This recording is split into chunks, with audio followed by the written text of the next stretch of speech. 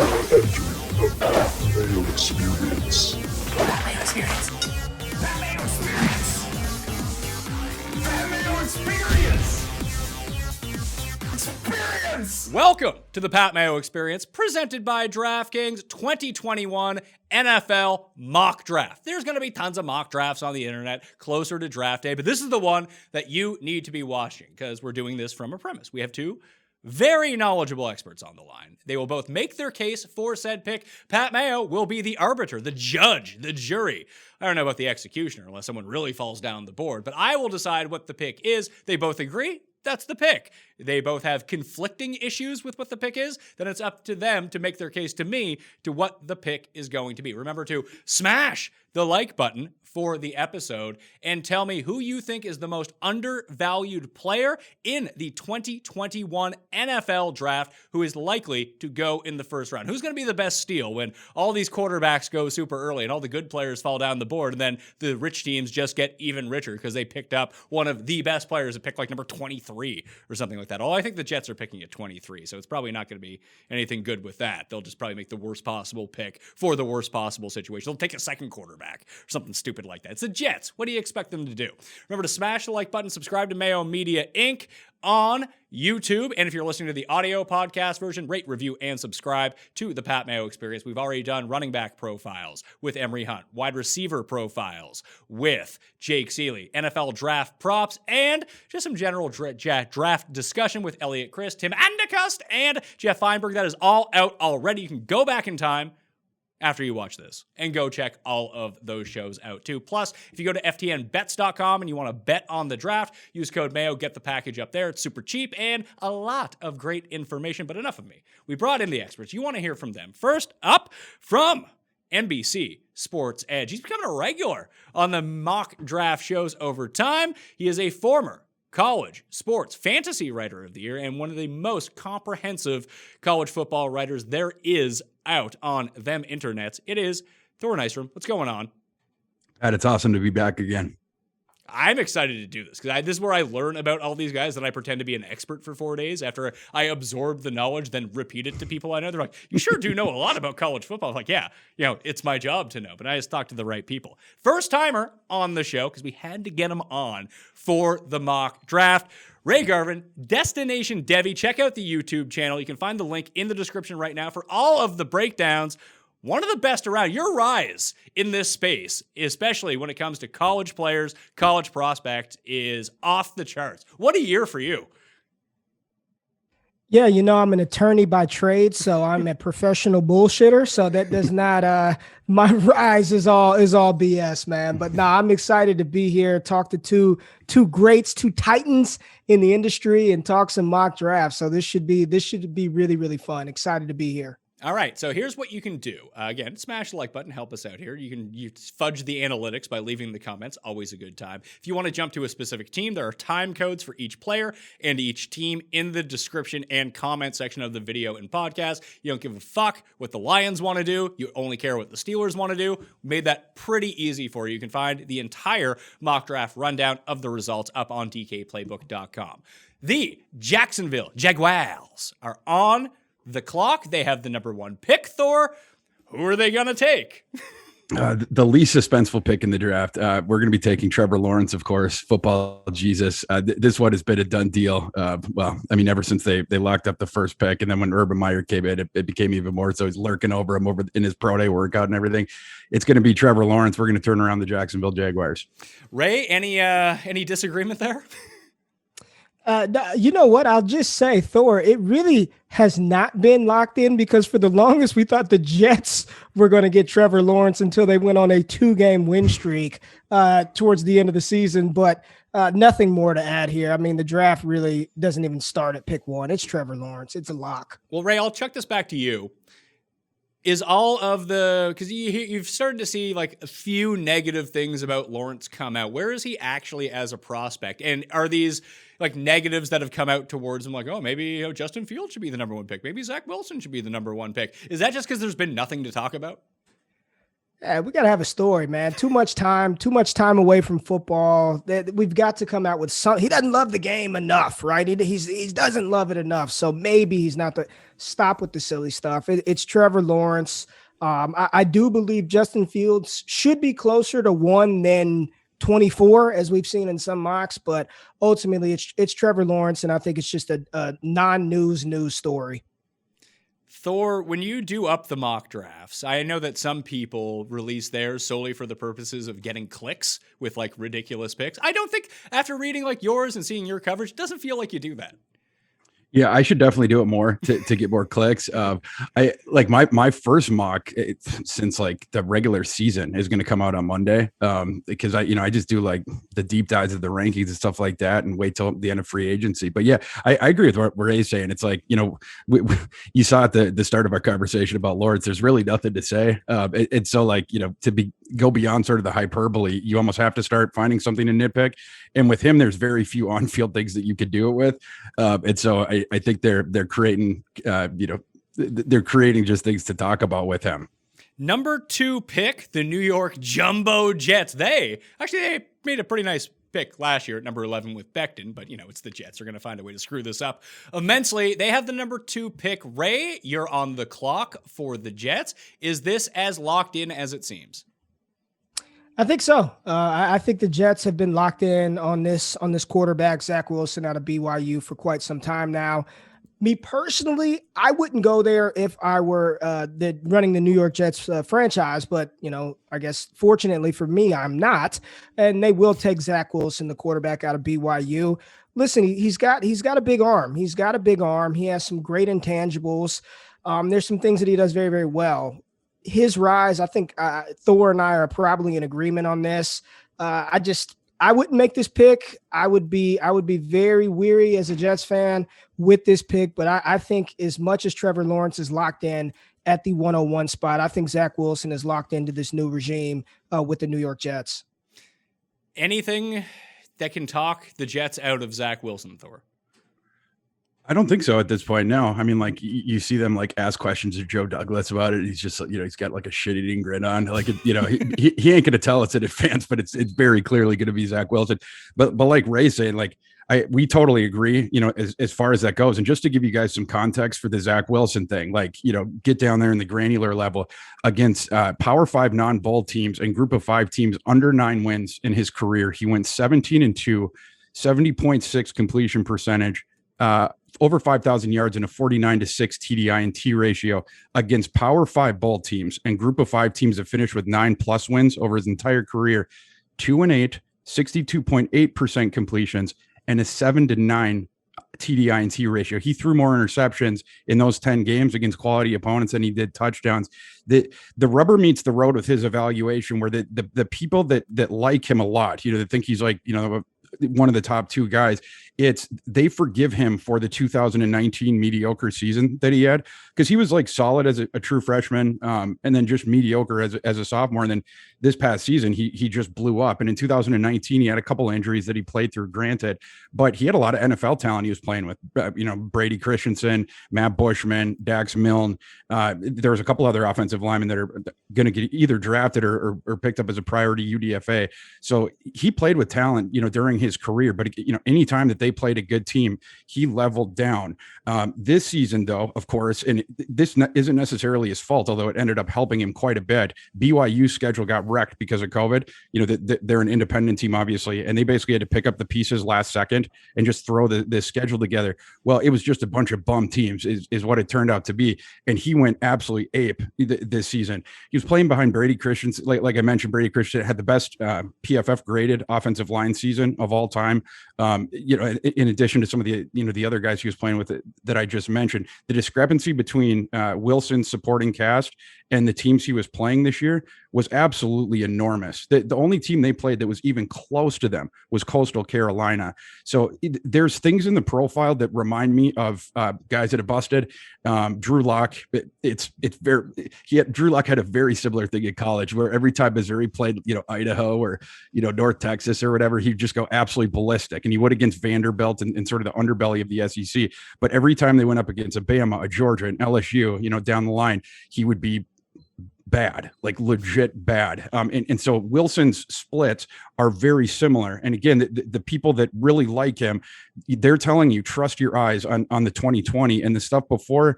In 2019, he was injured, and then this year, he leveled up. I'm not willing to give him that leeway, especially when it so cleanly parses between quality opponents and bad opponents. Well, Ray, you're someone eyes who I trust on this situation. Is it a legitimate level up, or is what Thor's saying ring true to you? It rings true. I mean, it's 100% true. And I think part of the issue why people are so enamored with the sidearm throws and the no-look passes, people have to understand that the Joe Burrows of the world do not come around often. This, prospect out of nowhere rise to damn near the number 1 overall pick. Like, this doesn't happen every single year. And a lot of people are like, well, Joe Burrow was on nobody's radar going into 2019, and then he elevated himself to the number 1 pick. Zach Wilson is not Joe Burrow.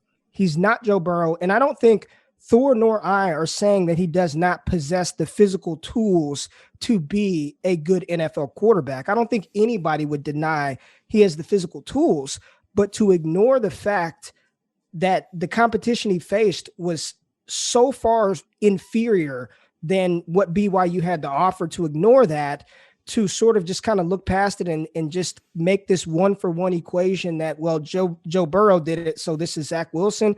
It's a losing proposition. And I just think that, you're going from Sam Darnold to, I'll just say it here, he very well could be Sam Darnold 2.0. And it wouldn't shock me one bit if that was one of his range of outcomes.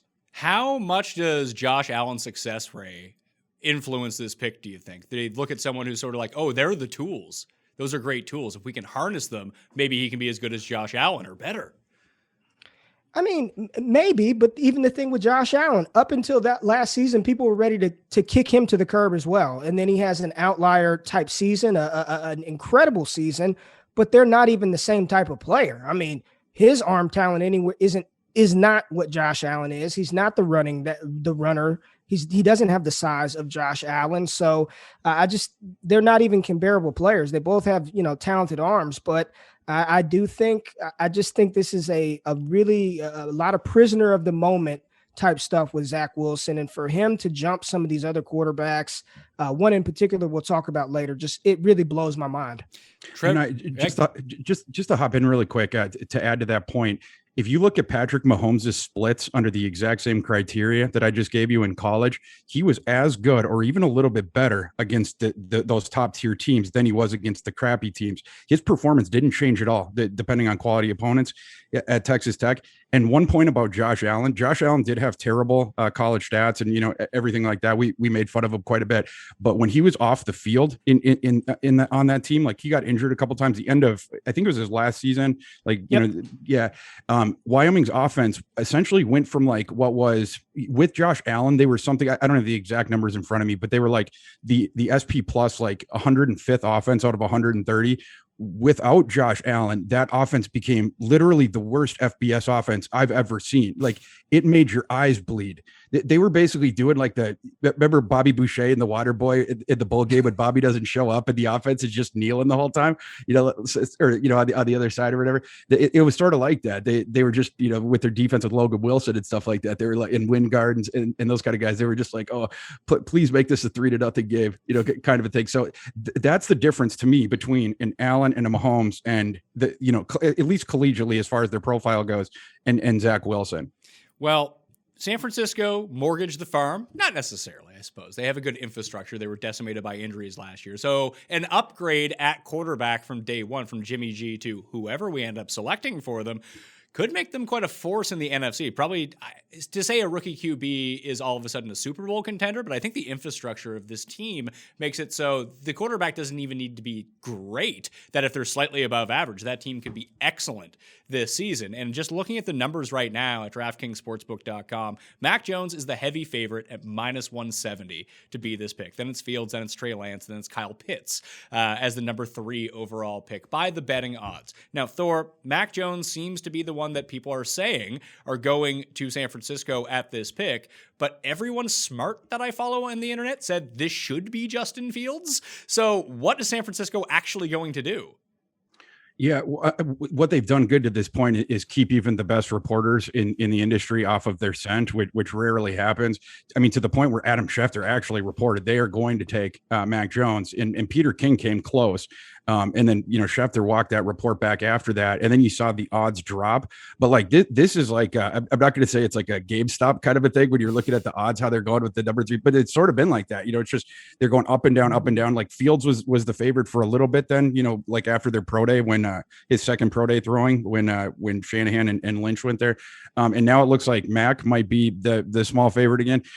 So I don't believe any of, and I even said this at the time, like, with regards to the Mac Jones report, I said, I will believe the Mac Jones is the third pick when Roger Goodell pulls the card out and reads it. I like, that would be one of the more stunning things to me. Like, even if we're set up for it in advance, he is not a top 3 talent. He's not a top 10 talent. So, I mean, like the idea that you would trade 3 first-round picks and a third, which is what San Francisco did to get from 12 to 3 for a guy like that, when guys on the board, you still have Justin Fields and Trey Lance, it's absolutely ludicrous. I'm going to take Justin Fields here and hope that the cooler heads prevail there. And by the way, I wouldn't bat an eye at Trey Lance either. If they took Trey Lance, first of all, I wouldn't be surprised. I think he is absolutely in play. But, and also I think, in terms of the slot, I think that would make more sense than Mac Jones. And then thinking about the future, as far as where those guys could take you, Mac Jones is ceiling, absolute ceiling. Like if the best case scenario, he's Kirk Cousins, you're praying he's Kirk Cousins. More likely it's like Andy Dalton with less mobility kind of a thing coming out of TCU is what he reminded me of. So the Mac Jones thing with this pick, I'm going to fade that just and go with common sense. And we'll take Justin Fields. So 1 vote for Justin Fields to the Niners at 3, Ray. Are you going to make it 2? Oh man, that should, honestly, I'm gonna disagree with Thor here, because I don't even think it should be Justin Fields, because Justin Fields should come off the board at pick 2, but we know that's not going to happen, right? Justin Fields should be the pick here for San Francisco, but I've just got a weird feeling, guys, that he's going to slip, whatever that. And for me, anything past 2 is a slip for Justin Fields. I don't think he's going to be the pick. He needs to be the pick. I believe that's the right call. That's the right pick, but it just seems like from report after report after, erroneous report. Now it's the epilepsy thing. It was, he doesn't have passion for the game. He can't read defenses. And I don't understand why this happens. I do have my own personal theories as to why this happens year after year. But Ray, you can feel free to say them, my man. It's a very insidious and malicious, hurtful thing that happens around black quarterbacks. And we see this, right? As much as we like to talk about the game is changing, we need mobile quarterbacks. The NFL game is changing. The game that Lamar Jackson goes out there and throws a pick 6, they've got the pitchforks out. We need a pocket passer. When Jalen Hurts starts his second career game and goes for under 50% completion percentage, we've seen enough. We don't need him. He's not the answer. Like I said earlier with Josh Allen, up until 2020, people were ready to kick the can on Josh Allen. Like, I feel this smear campaign, and a lot of people say, "Oh, it's just a tactic so they can push players down the board." Well, it's a very malicious tactic that only seems to impact, minority quarterbacks that to push them down the board. And I think it's bullshit.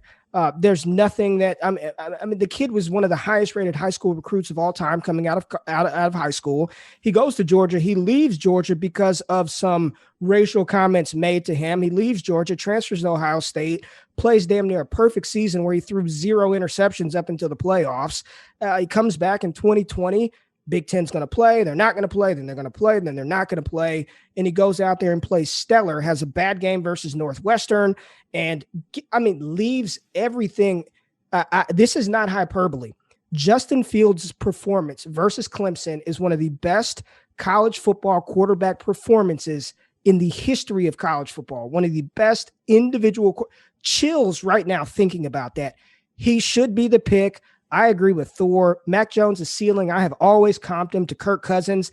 The highest accolade that I've heard about Mac Jones is Phillip Rivers. That's like the highest comp that I've heard.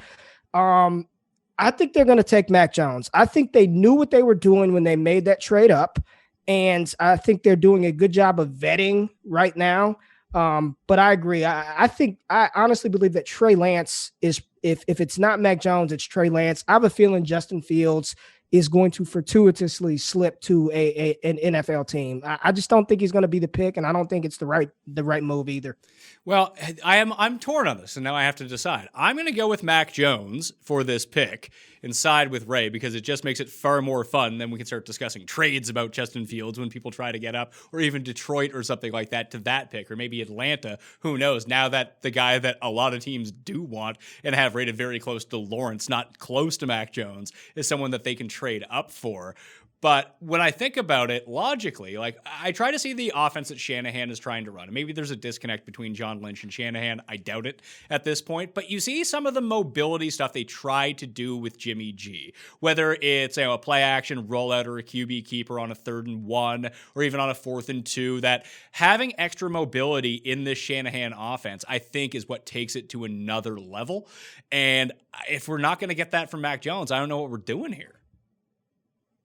Yeah, that's right. Yeah, it's a thing. He wants a guy to run a system, I guess, would be under the auspices of that idea. Like, I'm sort of smarter than the game itself. And if you just do what I say, we're going to win. I think that would be the only sort of like under the auspices of that idea, that would be the argument for them drafting Mac Jones, because that he's not going to paint outside the lines, right? Like, if there's one thing that I will say for Mac Jones, he played under a brilliant offensive coordinator in college, Steve Sarkisian, a good enough play caller that he's now the head coach at Texas. And Mac Jones, everything they asked him to do, as far as pre-snap reads, as far as, all that sort of stuff, get the ball to this dude, he did that. Right. And so it's whatever. And he, in the short area out to the intermediate area, there's good accuracy, particularly within 10 yards.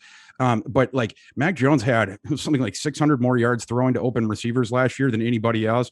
DeVonta Smith and the way that the things were schemed by Sarkisian got him a lot of free looks and then a lot of yak afterwards. I just, again, for me, this is the classic guy that should go at like the top of the round 2, and if you want to take him at the end of round 1, great. But that he's going to run the system, that his arm is good enough. And athletically, he tested a little bit better than I thought he would, but it doesn't manifest in games. And so people that want to project that to get Mac Jones had like negative career rushing yards heading into the national title game. In college, they take away your sack yardage, but he does not want to leave the pie. There's even a couple plays in the national title game where there was like 10 yards in front of him. Like he had sort of moved up in the pocket and could have just stolen 10 free yards, and he'd throw to a guy 4 yards away. So there's no mobility there, even if there's just sort of a dollop of athleticism that showed its way in his pro day workouts. And then the arm it's slightly above mediocre. It's like it's going to be about NFL average, whereas the other 4 guys in that we're talking about, their athleticism is high, outside of Wilson. Wilson's probably in the same phylum, but their arms are all significantly better than Mac Jones. So. But I do agree with Ray, just as far as like reading the tea leaves, where we are. I mean, that's the favorite for a reason, at the book, like you mentioned. So, but yeah, I would disagree with it personally. And I don't know where it came from. Like, honestly, I've been one of the more vocal Mac Jones supporters. I've always said that he's going to be a 1st-round pick. I never envisioned in a million years he'd be a top 3 pick. I just said he's deserving of a 1st-round pick somewhere.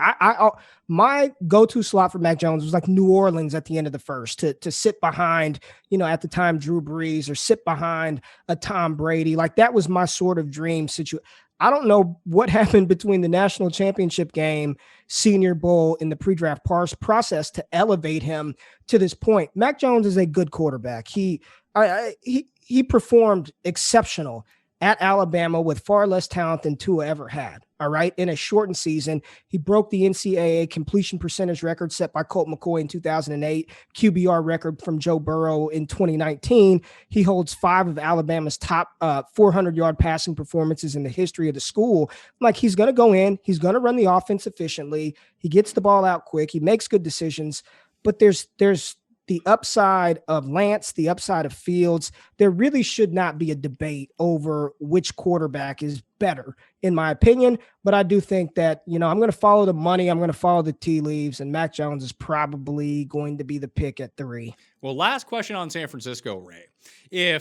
And you guys aren't the only ones that I've seen make the comp that, the upside is basically Kirk Cousins. If you're going to spend 3 first-round picks to move up from a spot where maybe you could have gotten Mac Jones anyway, why didn't you just trade 1 first-round pick for Kirk Cousins? I mean, that's a good point, Pat. And I'll just say this. I think it was Les Snead, the GM of the Rams, who came out and basically said, first-round picks, in his opinion, are overrated. He was like the bust rate. A lot of people just think just because you have a first-round pick, those players pan out. And I believe it was Les Snead saying, I'd rather trade that for somebody we're convicted on. Didn't work out so well for Jared Goff, or trade those picks for proven NFL players. And, I don't have the data in front of me, but I do believe there's something that Les Snead said about pretty much, I don't give a shit about first-round picks. I'll trade him to go get the guy that I want, or go trade him to get the player that I want. So I don't know. Maybe that some of that seeped into the 49ers to some degree. I don't know. Well, Thor, I think that's a really good point, because if 30 teams are all valuing first-round picks like they're this amazing currency, it actually kind of works better to zig the other way and undervalue your first-round picks, because the amount of return you can get by just adding an extra one on could be so fruitful. And like Ray said, it's not like these guys are automatic, all pro players, Hall of Fame players. The bust rate is pretty high, especially when you get at some of the different positions. That it's actually an interesting theory, because we see this even in the NBA at this point. It's have 7 first-round picks, whatever. They don't mean anything. Yeah, I mean, sure, in some ways, but I think the way that the Rams roster construction is going to go here the next couple of years is probably going to be the final indictment on Les Snead's opinion on the matter. They're aging in several different positions. They don't have any cap room. I think they're going to be in some real problems soon, and I think it's because of that idea. For me, draft picks they're gold. Yes, there is the bust rate. You have to acknowledge that, but the clearest path in the NFL to a championship right now is being right on a first round quarterback, because then you got him for 5 years at well below market value, and that extra 20 million, 25 million, whatever it is, every single season, all those 5 seasons, you get to put that towards your roster to fill your other needs. So, for me, I guess I would just trust myself more as far as the evaluation. Maybe a guy like Les Snead doesn't as much. And, there was a little YOLO go down with San Francisco. I know that they like to make picks, but that trade just feels very YOLO to me, especially if it was made to get Mac Jones. Pick number 4 goes to the Atlanta Falcons. Will they keep this pick, Ray? I think this is where things get interesting. I do think Atlanta wants to desperately trade out of the 4 hole. Honestly, I'm going to defer to Thor on this when his time comes up to elaborate on this pick, because I do think if they stand pat at 4, they're going to take Kyle Pitts. I know there's some talk about Justin Fields or maybe a quarterback. If they stay at 4, they're going to load up this offense. That they're going to say, all right, we got Matt Ryan for another 2 years. We got Julio Jones, maybe in his hamstrings for another 2 years. Let's just go get it. Let's just load up at the tight end position and just go balls to the wall, just NASCAR type offense, and try to outscore everybody in the NFC South. So if they stay at number 4, they're going to take the 6'5", 240-pound freak tight end. That is Kyle Pitts. His collegiate production, for those of you who don't you see 770 yards, and I know that doesn't jump off of the page. Collegiate tight ends are not utilized in college. They're just not. They're not used anywhere near creatively as they are in the NFL. So for Kyle Pitts to go out there and catch for 770 yards on 45, 46 receptions, it's insane. His positional versatility, the way that he's used in line, and he's a very underrated blocker. People's like, oh, he's just a wide receiver. He's a tight end, all right? He's got movement skills like an outside wide receiver, but he can block in line. He's too big for cornerbacks. He's too fast for linebackers. I truly think he is going to be an absolute mismatch nightmare, and in an offense that wants to throw the ball. And right now, Their best running back is probably Mike Davis. I think this is going to be fun for Atlanta Falcons fans, although taking a tight end here at pick 4, that's high. It's a high price to pay. But if they keep this pick, it's going to be Kyle Pitts. So Kyle Pitts at number 4 to Atlanta ahead of any of the receivers. Obviously, it's a circumstantial type thing where Atlanta definitely doesn't need any more outside receivers at this point. Russell Gage, not so bad either. Do you think that they keep the pick, Thor? I do, and I agree with Ray. I think it is Pitts, but this scenario is their best case scenario where Mac Jones goes one above you. You've noticed that Atlanta hasn't traded their pick to this point, even though we already had the first domino with that trade, which basically put Atlanta on the clock as far as fielding calls from the other quarterback needy teams. Because obviously we know there's going to be 3 quarterbacks go boom boom boom. Mac Jones being the third one would be a coup for Atlanta, because Atlanta has not made that trade yet, which tells me they haven't gotten that Godfather offer that the Dolphins did from San Francisco. And so I think a part of that is because San Francisco knew their options, right? I mean, whether they go Mac Jones or whether one of the other 2 guys, they knew that was going to be their 3 options. But teams talking to Atlanta, they're just as in the dark about San Francisco's intentions as we are. And so some of those teams might be sitting dead red on either Lance or Fields. I'm not sure, if any one of the other ones prefers Mac Jones to them, but I would assume that they don't. So I would assume that this would increase Atlanta's leverage, like on the phone in those moments. But I'm guessing for them right now, what it is we're going to take Pitts unless in those 10 minutes on the clock we get a crazy offer. The other thing I'll toss in is Atlanta, as far as like teams in the top 5, 6, 7, 8, they make the most sense for Trey Lance by far. Trey Lance has to sit for 1 year. Atlanta could just transition into the future, use this as, I guess it would be Matt Ryan's last season there, and you could groom Lance. That would be the only other thing that I would toss out. I haven't heard anything connecting them to Justin Fields, but again, I agree with Ray. If they're sitting here, I think that they're going to take Kyle Pitts. All right, Kyle Pitts is going to be the pick to Atlanta at number 5. That puts last year's number 1 overall selectors, the Cincinnati Bengals, on the clock. Thor, is it a wide receiver? Is it an offensive lineman? What are they doing here? And we expect Joe Burrow to be back, to be Joe Burrow-esque. Do you try to get him some protection, or do you get him some weapons? Yeah, so this is a very binary decision, and it has been since the start. This is either going to be Penei Sewell or Jamar Chase, one or the other. And I think some people, it probably is a coin flip as far as outside perception. I'm sure that Cincinnati has made up their mind. There seems to be more steam going towards Jamar Chase, and it would be a fun story reuniting him with Burrow and stuff like that. But I see the offensive line as a far bigger need there. And I also, I don't know, Ray, if you agree with this, but Penei Sewell is the best lineman that I've evaluated in the 5 years doing this. Martin's the only one that's close, but the position value, I give it to Sewell. And so like for me, he is similar as far as a prospect to both, Chase and Pitts, as far as like, it's not just that they're the best in this class of their position. It's if you went back X number of years, they also would be too. So if it's me, I'm going to take Penei Sewell. We've already seen what, like the downside of having a crappy offensive line in front of Joe Burrow. And people forget at LSU that, you remember all the crazy weapons he had, Chase and Jefferson and Edwards-Helaire and Terrace Marshall, et cetera, et cetera. He played behind the Joe Moore award-winning offensive line that year in 2019. Alabama won it this past season in 2020.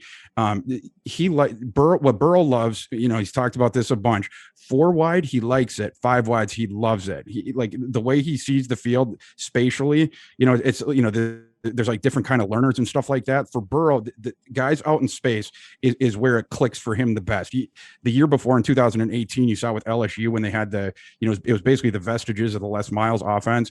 They didn't throw nearly as well, right? And then they switched it and went wide with Brady, and the whole thing changed. However, and yes, the receivers were great, but without an offensive line, a really good offensive line, particularly in the NFL, if you're going to go 4 or 5 wide, you have to be able to protect that guy. So it was a different scenario for Burrow in his rookie season, because obviously he's facing a ton more pressure, and that's a kid who, as we know, has a lot of guts. He will stand in the pocket. He'll step into getting hit to get the throw off. I mean, he is ludicrously tough, but we don't want to put him in those scenarios to just, constantly be taking these, just bomb shots from guys.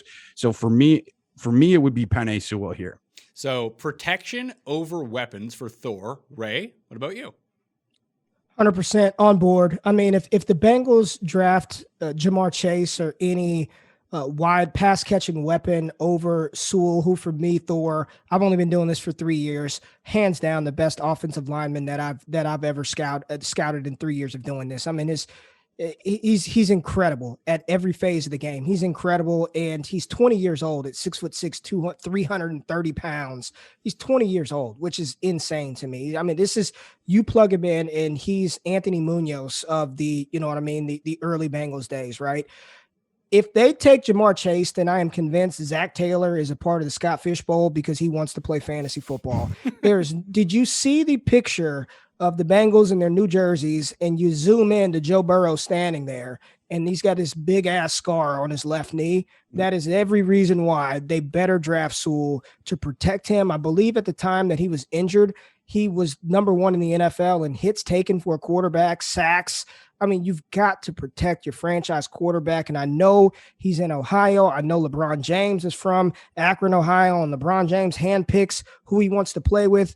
Do not let Joe Burrow do this. Cincinnati fans, do not allow Joe Burrow to go handpick Jamar Chase. You've got Higgins. You have Tyler Boyd. They are fine. Protect him. And here's the thing. They ain't winning next year. They're not going to the playoffs. They're not winning a Super Bowl next year. Secure your offensive linemen. This wide receiver class is deep. Get a wide receiver at the top of the second. I guarantee the pairing of Sewell and whatever wide receiver you get in the second is better than Jamar Chase and whatever offensive lineman is going to be there in the second. You take Sewell. All right. Well, go ahead. Just to hop in, if I was the Bengals brass, I'd go to Burrow. He might be ticked off, that we're not going to take Chase. And I'd say, look, we're going to get you the best offensive lineman in the last 5 drafts in the first round. And in the second round, we're going to get you a buddy anyway. We're going to get you Terrace Marshall. It looks like Terrace Marshall is going to fall down the board. He's had a leg issue for a while, that comes and goes or whatever, that just, came out and was like a big story or whatever. But it does look like he is going to fall out of the first round. I can't imagine that he would fall into the middle of the second. He's just too talented. He is very, very similar to T. Higgins. You're talking about like the long outside guys with crazy ball skills downfield. We already saw the manifestation of that with Higgins working well with him, and Marshall will be the exact same thing. Boyd on the slot. You fixed your receiving core, and you've given Joe Burrow one of his ex-college teammates. So I think that would be a way to maybe split the middle here. Miami is up next with the number 6 pick. They traded back from 3 to, what was it, like a 13 or 12, then traded back up into this spot. So it seems like they want to go and get an offensive playmaker to put with Tua and see if that can work out and go get a legit number 1. And then DeVonta Parker is number 2, starts looking a little bit better. Then you have Mike Gesicki there. Maybe they can harness some of his talent as we see for like 1 game a year every single year. Maybe that can be like 3 games this year. Who knows? So it's very curious what they're going to do with this number 6 pick. But Ray, you're up with this. Thor, you're up with this one. Do the Dolphins keep it, or do they scan the board and be like, none of the receivers are off the board yet. Maybe we can move down with a Denver or whatever team wants to move up and potentially draft a quarterback and get even more draft capital out of this? Or is this a situation where they look at it and be like, hey, we've got our draft capital now. We've done really well. We need to start using it. I actually do think it was Ray's turn, so I'll be very, very brief because I think we're going to agree on this one. Miami moved back up the board for, because it was the 3, then they were at the 12, but they said afterwards that they wouldn't have made the trade with San Francisco had they not been able in the same deal to get up to 6 with Philly. So it's basically a 3-team trade. The reason that they did that is there's those 3 non-quarterback unicorns that we talked about, Sewell, Chase, and Pitts. They know guaranteed at 6, and they knew back then if we get up there, we're going to get one of these guys. Well, one of them has fallen to him, Jamar Chase. This is a very easy pick. Ray, I apologize. It was you first on this one, so it's Chase. It's okay because I mean, I've got one small thing to add. It's Chase. Chase will be the pick. I will just say that last year we thought for sure CeeDee Lamb was going to be the first wide receiver off the board, and the Las Vegas Raiders took Henry Ruggs. Just an egregious selection of a draft pick. I do think there's a chance, a small chance, if it's not Jamar Chase, I do think an Alabama receiver could come off of the board here and not the one that most people think, not the Heisman Trophy winner. A part of me is like, would they really go Jalen Waddle at 6? Small chance, but if you take Jalen Waddle over Jamar Chase, that's almost as egregious as taking Mac Jones over Justin Fields. A gift has fallen to Miami. They were savvy in this trade, as Thor alluded to. They knew that they were probably going to land Jamar Chase here at 6, so they're not going to fuck it up. They're going to take Jamar Chase, and he will be Tua's number 1 wide receiver probably by week 4 of the NFL season. Well, this is a good time to ask this question. Ray, we'll start with you. Is Tua any good? Yeah, he's good. I mean, I think he's a fine quarterback. Like, and honestly, Pat, I said it after he was injured his final season in college. If it were me, I wouldn't have played him at all last year. The dude was recovering from an injury that we've rarely seen, or I don't even know if we have seen a quarterback recover from. And I know there's this rush to get rookies on the field. I don't even think we saw the real Tua last season. I think this season it will be more indicative of how we valued him from the time he took over at Alabama and to the time he got hurt. I don't think he was all the way there last year. And, outside of DeVonta Parker, they really had no weapons to throw to. Gesicki came on here and there. Give him a weapon. I think he's a lot better than people give him credit for. I mean, good grief. In a matter of 11 months, we went from tank for Tua to trash Tua. Like, give the kid a shot. Give him a true playmaker. Let a year removed off of that hip injury. I think he's going to be a hell of a lot better in 2021 than he was in 2020. Thor, what do you make of Tua? Like, obviously, knowing what we know now, if you threw him back in this draft, that would work to his disadvantage. But was it a weapon problem? Was it the playbook that just seemed to be completely different between Tua and Ryan Fitzpatrick a year ago whenever he came into the game? Or is he just kind of not as good as everyone thought? Yeah, well, I think the jury's out on that last question, and I agree with a lot of what Ray said.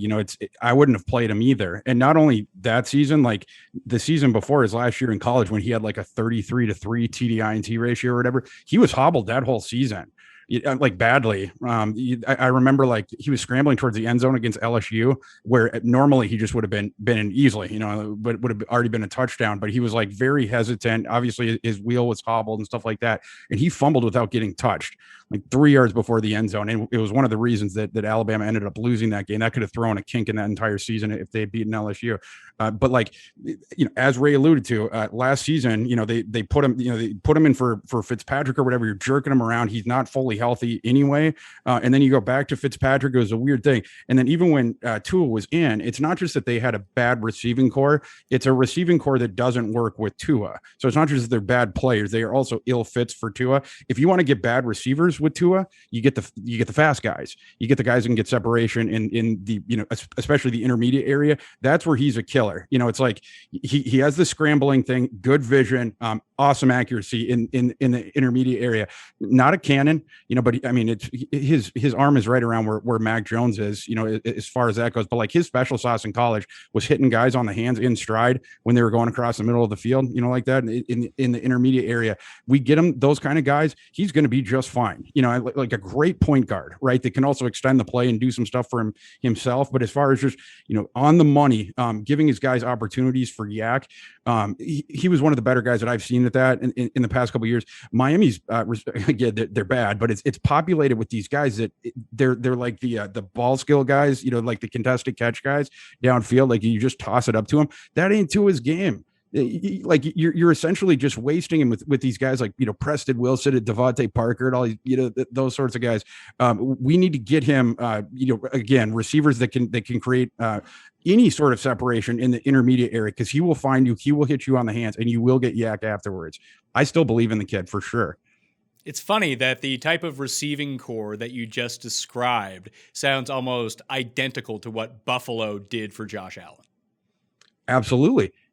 Yeah. And I think like when people trash Tua, it's unfair on several levels. It doesn't account for the context of his health situation, nor the fact that he was a rookie, nor the fact that he was usurping a popular veteran during a playoff race. And like there was just a whole bunch of weird stuff going on. But like you're saying, like in addition to that, it's a team around you that is just ill suited to your needs. We think about this more in like, in terms of like basketball and like, in some other sports like that, as far as like the complementary pieces, figuring out the complementary thing. We don't talk about as much in this context, but Miami needs to totally redo their receiving core because Tua's game will play up more and more and more the more that you get guys that create that separation in the middle of the field. And what you said about Buffalo, points well taken. That's a really good point because not only they got the intermediate guy, and then they also got the guy to take the top off. And so, like, with Allen, going back to the spacing thing, thinking about it like a basketball game, Allen could already stress you horizontally because of just his legs, and running, enormous guy like a tight end, super athletic tight end, but also down the field because you got a bazooka. So you already had the spacing. Right. And then if you just got a killer in the intermediate area, he was going to absolutely destroy it, assuming that Allen's accuracy could get, good enough to just get that dude the ball. And of course it did. He took another leap up in that. And now Buffalo's offense is really interesting because you can't play up on them. You have to give them leeway back. And that creates the separation in the intermediate area that we're talking about with them. And by the way, we'll get to them later. But one of the very few teams that could potentially look at running back in the first round to sort of elevate that thing up even more. Well, it's funny, Ray, like I put the comparison to Josh Allen, but it was the same thing that basically happened a bit before with Cam Newton in Carolina when they went on their huge run. Obviously, their defense was very good. But when Cam, the year that he won the MVP, they had this idea. It's like, oh, well, Cam kind of skies a lot of his throws. So let's get all these like big dudes who were super tall. And then that won't be a problem anymore. And then you see when McDermott goes from Carolina to Buffalo, that's almost the exact same thing Buffalo had in place. And when Cam got really good, it was like, Jericho Cotchery and Ted Ginn were the type of guys that he made look really good. Guys that can get instant separation, Cam can throw into the window, and they can go do the rest after the catch. Where when you have these stiffs like Funchess out there, I think Buffalo even went and got Devin Funchess like 3 years ago for Josh Allen. Like, that's not doing the guy any favors. It's amazing whenever coaches start to, build around the skill set of the quarterback they have. That it really opens things up for those players. So I'm with Thor. I think the overreaction to Tua, give him some weapons, let him heal up. I think one of the better things for him is good as Ryan Fitzpatrick was to be in the locker room with him as a veteran leader standpoint. He's beloved, man, and they're jerking him on and off of the field. You got Fitzpatrick there. The dude's hip is still busted up. He's thrown to Jakeem Grant and all these other random ass wide receivers.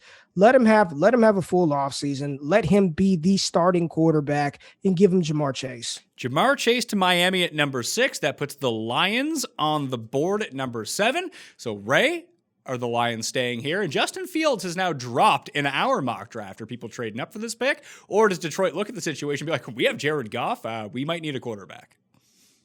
Well, Pat, I'm about to get this draft back on the rails because this is Thor's pick and I don't want it. So Thor, you can gladly have the pick right here for Detroit Lions, brother. It's all you. Yeah, so let's talk through the different decisions that they could go with this one. Obviously, with the two quarterbacks on the board, I don't think they'll take one with God, or that at least that's what their preference is. With God, I think they want to see for a season, and their receiving core is absolutely dreadful right now. And so I think if you're going to stay here, it's for DeVonta Smith. But of course, if both of those it's just what we talked about a little bit ago, as far as like Atlanta, it'd be the same situation here where both of those quarterbacks are still there. So you're going to have teams, looking to try to get up, so they could see what's out there. The one thing for them though, is even to trade down to 9 with Denver, this is something they would have to think very hard about if the board fell this way, because Chase is already off the board. And if you think about it, some people disagree. Like if you have DeVonta Smith and Waddle, like right on the same level, then you could do the trade back. But if you don't, if you see, if you see it the other way where it's like DeVonta and Ja'Marr are right there, you almost have to take DeVonta here if you want him, because if you even trade to 9, you're going behind Carolina, and Carolina might just steal DeVonta from you right there. Denver takes a quarterback and then they take DeVonta. But again, if it's close, that's something that you could easily do, because that there's not 2 receivers that are going to go in between. So, you could just, take Waddle or whatever at 9. I think they're going to look for a trade. They absolutely want to trade. The reports have been out there. They're looking for a trade. They're almost panhandling for a trade at this point. They want it bad. And again, talk about a perfect scenario for a team where both of the quarterbacks are there. So any team that's interested in either one of those, they have the impetus to go up. Maybe you can play, Denver and New England off of one another. Are we going to go, Pat? Let me ask you. Last year we did trades. Are we opening this up for trades? Are we going to stay in the slots? Sell me on a trade, and I'm in. So I think right here, it would make a lot of sense for Denver to try to, just a little bit to try to move up the 2. I don't think that Detroit would want to go down further than that because you put yourself at risk of missing both of those receivers. They could go to an ancillary need for sure. But like if you fall down, even New England pick, for instance, if 15, I don't think New England's going to trade up for a quarterback, but that's been something that's been bandied about. But if you go back there, all 3 receivers are probably going to be off the board. And then you have to audible to one of these other, secondary sort of needs. Well, literally would be the secondary. I think JC Horn, it'd be a guy like that. But I think, again, with Denver, so, maybe Denver tosses them, a second round pick or a third round pick, something like, a day 2 pick, just to hop up the 2 spots. Detroit is still guaranteed one of the 2 Alabama receivers at 9. I think that they would do that. So Thor is throwing out a trade from Denver from 9 to 7 to swap with Detroit. Ray, can you get behind that? Yeah, because I don't think I really do believe they want to get to that 7 spot because I think at pick 8, Carolina makes a lot of sense for a trade too. And if they, I think they do make this, they have to make this move. And, the way that our mock is played out, and if the NFL odds makers have it right, and Mac Jones is the pick at 3, Denver's got to be looking at Justin Fields saying, you know what, we will gladly give you a 3rd this year and hell, maybe even a 2nd round pick next year to move up 2 spots and grab Justin Fields, who I think if they make the trade, that would be the player that they're making the trade for. So Denver, with the 7th overall pick, selects Justin Fields with Ray. Thor, are you behind that? I am. Although the one thing I will say, we've seen with John Elway as far as taking quarterbacks that he just, sort of like you've seen with Mayock in the first round of his, his first 2 drafts last 2 years, where he's just like, I don't care what y'all's board is. I fell in love with this guy, like YOLO. And we all kind of make fun of him afterward. The Seahawks do this kind of too, but Elway is like that with quarterbacks. He has made some very wacky quarterback picks, Lidge, should also, like different guys like that, the projectable kind of guys that he thinks he can turn around. It's sort of like Michael Jordan when he was, making personnel decisions in the NBA.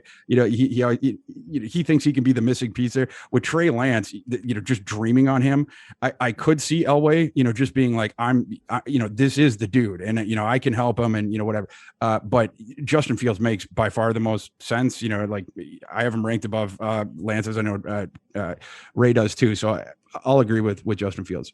All right, so Justin Fields is the pick to Denver at number 7. That leaves us number 8 at Carolina. And I actually wrote this down, so I remember who to throw to now. Ray, it's your pick. Yeah, and I think Carolina right now, they are desperately entertaining calls right now because the last quarterback is on the board and it's Trey Lance. So now you have to think what teams could potentially trade up. You've got the Bears, maybe the Patriots. I don't know the history of New England in moving up to make picks like that. And then the Washington football team, do they really have enough at pick 19 to move up into the top 10? Does New England, is that something that they do? I don't really know. Chicago, they do a lot of dumb shit, so I can definitely see them giving up a ton because weren't they in the sweepstakes for, or at least there were reports that they want Russell Wilson, they wanted Deshaun Watson. So I do think if Carolina is going to make a trade, I think Chicago is the likeliest candidate to move up. And if that happens, I do believe it will be Trey Lance. Now, if we're making the pick here at 8, Carolina's on the board. I believe last year they went defense the entire draft. Like they drafted straight defense from start to finish with this new Matt Rule, Joe Brady regime. They just bring in Sam Darnold. Christian McCaffrey is back. You've got DJ Moore and Robbie Anderson. I think they try to do everything in their power to make their trade for Sam Darnold look correct, and they try to improve their offensive line. And if I'm going to make this pick for Carolina, I think Rashawn Slater, the offensive lineman out of Northwestern, would make sense for them here. So I'm going to slide in Rashawn Slater, O-lineman from Northwestern. Rashawn Slater to the Panthers at number 8. Thor, agree or disagree? I So I do agree that it would be either Slater or DeVonta Smith. I think at this point, if it goes like this, you could go either way with it. And, I was talking before about, the ascendance of Joe Burrow and how that happened under Brady, and obviously Joe Brady is in Carolina right now. They need to fortify two things to get that passing attack up to help out Darnold. Like Ray was mentioning, if you want Darnold to, if you think he could make a similar type jump, that's what you have to do in that system. Is the offensive line's got to be rock solid so that you can put guys in space, right? Because you're not going to have many guys protecting. So it'd be one of the two. I think it'd be really hard for Brady if he was at the Rube. He might be advocating for DeVonta Smith, but Rashawn Slater he's an unimpeachable offensive line prospect. You can nitpick him on the left tackle stuff. You might not be able to once we get into the season, but you can right now. Just because of the length thing. That's it. He has 33-inch arms, which makes him essentially league average or slightly above as far as length for a guard. However, with guys like that, when you're projecting them to the NFL at left tackle, guys with the shorter arms, the less length, what I want to see is that they shut down NFL edge rushers. And if they shut down stud NFL edge rushers in college, even better. And that's what Slater did. He shut down a procession of studs in the Big Ten, the most famous case being Chase Young. But, Kenny Willekes and, all the different guys that, these edge rushers that we've seen come in one after the other, Slater took them down. So, we know that he can, handle the edge as far as like speed and stuff like that and can mitigate the lack of length, even against stud upper. Like Chase Young obviously is one of the better athletes we've seen at edge 20 years or so. And so with that stuff, but even if, let's just say that it does, something doesn't work in translation, almost assuredly he would succeed at right tackle, or he's going to be a Pro Bowl guard. So it's like either way, the beauty of a prospect like that, it's like the concept of baseball where it's like you allow the guy to fail down the defensive spectrum, right? Like you have like a big shortstop that hits a bunch of home runs that you drafted in the amateur thing, but it's like, oh, could a 6'4" guy really be a shortstop in the major leagues? You let him fail down the spectrum, right? You start him in rookie ball, and if he keeps succeeding, you let him go up. But if at some point he proves he can't play shortstop, then you either kick him to third, second, center field, and then if he doesn't, you fail him down the spectrum. And I think that's what you could do with Slater as well. But I do think he's going to be a stud left tackle in the NFL because I already seen it at Northwestern. He proved he was a stud athlete at his pro day workout as well. So I'll agree with Slater, but I think you need to keep Joe Brady out of the room because he's going to want DeVonta Smith quite badly. Well, it's 2 for 2. So Slater is going to be the pick to the Carolina Panthers. Now, Detroit is back on the board after their trade. Now at number 9, you were the one who proposed this trade. We accepted Thor. So who's Detroit taking at number 9? Yeah, so this is, of course, the best case scenario. This is, what we talked about with Detroit only wanting to move back a couple. You need the receiver really, really bad. In this scenario, they luck out because Carolina doesn't take it. So you can take the guy that you were going to take anyway in DeVonta Smith, which, obviously that fills a need. But, in addition, he also seems like, what would you say, a culture, sort of a nod to culture, I guess, with their new administration and that new coach talking about kneeing off people's kneecaps and stuff like that. Like, as far as a receiver, DeVonta, everyone around him just raves about his work ethic, and his attitude, and, he competes and, all that sort of stuff. It seems like that would be a fit for that. And just because I don't have anything to add there, I wanted to clean up the trade so we can get the official things. I pulled up the trade chart, Pat. I want to make this very official. So Denver's pick, the 9 slot, it's 150 points less than Detroit's slot at 7. Denver's 3rd round pick at 71 overall is worth 235 points. That would be more than enough. And they might even get a sweetener back, a late round pick back, but certainly the 3rd round pick would be enough, to justify the 2 spots up the board. Okay. So where do you think that we're going with this pick, Ray, now that Detroit is on the board? Yeah, I think it would be one of the 2 Alabama wide receivers, and I think DeVonta Smith fits the profile of at least the number 1 wide receiver. We know Kenny Golladay is no longer there. They're not rolling into the season with Quintez Cephas as the guy, or who they have, Bashard Perryman that came in. I don't know who else it doesn't even matter. It doesn't matter. If they're sitting here at 9 and DeVonta Smith is here, then they are taking DeVonta Smith with Jamar Chase off of the board. And, listen, Goff is Goff. He is who he is. But what he will be able to do, and what DeVonta Smith was able to do, and Sark really illustrated that and highlighted it last year, is play all over the offense, right? He can play in the slot. He can play out wide. It doesn't matter. So they will move him around. And I think that offense will run through DeAndre Swift, TJ Hawkinson, and DeVonta Smith. So, for as bad as it sounds, I mean, they'll probably be looking at a quarterback next year, but at least the pass catching weapons and the skill position players in Detroit with those three as the core wouldn't be bad at all. So they get their guy that they would have taken at 7. They pick up a couple of extra picks and they move on. Okay. Dallas Cowboys. Here we go. On the clock at number 10. Who does Jerry want, Ray, with this pick? Is he going to make a splash? Is he going to go with one of the few players in the draft who have ties to NFL players from 20 years ago already? I don't know. It's I can see a lot of things happening here. Well, I'm here, and I listen to some bad sports talk radio here in the great city of Dallas, and I know that there is so much hype around Kyle Pitts, so much hype, and then this report or video just came out where Jerry Jones is gushing over Kyle Pitts. If Dallas trades up to get Kyle Pitts, it will be an egregious move. They don't need a tight end. I think Kyle Pitts would be a luxury for the Dallas Cowboys. They desperately, in every single way, need as many defensive players as they can possibly get. And they have a love affair of Alabama Crimson Tide players. They took Trayvon Diggs last year in the 2nd round. I think he's going to be a really good cornerback in the future. Byron Jones in Miami, Chidobe Awuzie not really working out there. I think the pick for me, J.C. Horn is my quarterback 1, but I think they will take a rock-solid prospect, a safe prospect, and I think he's going to be a really good cornerback in the NFL. They're going to take Patrick Surtain II to shore up that pass catch, that defensive backfield.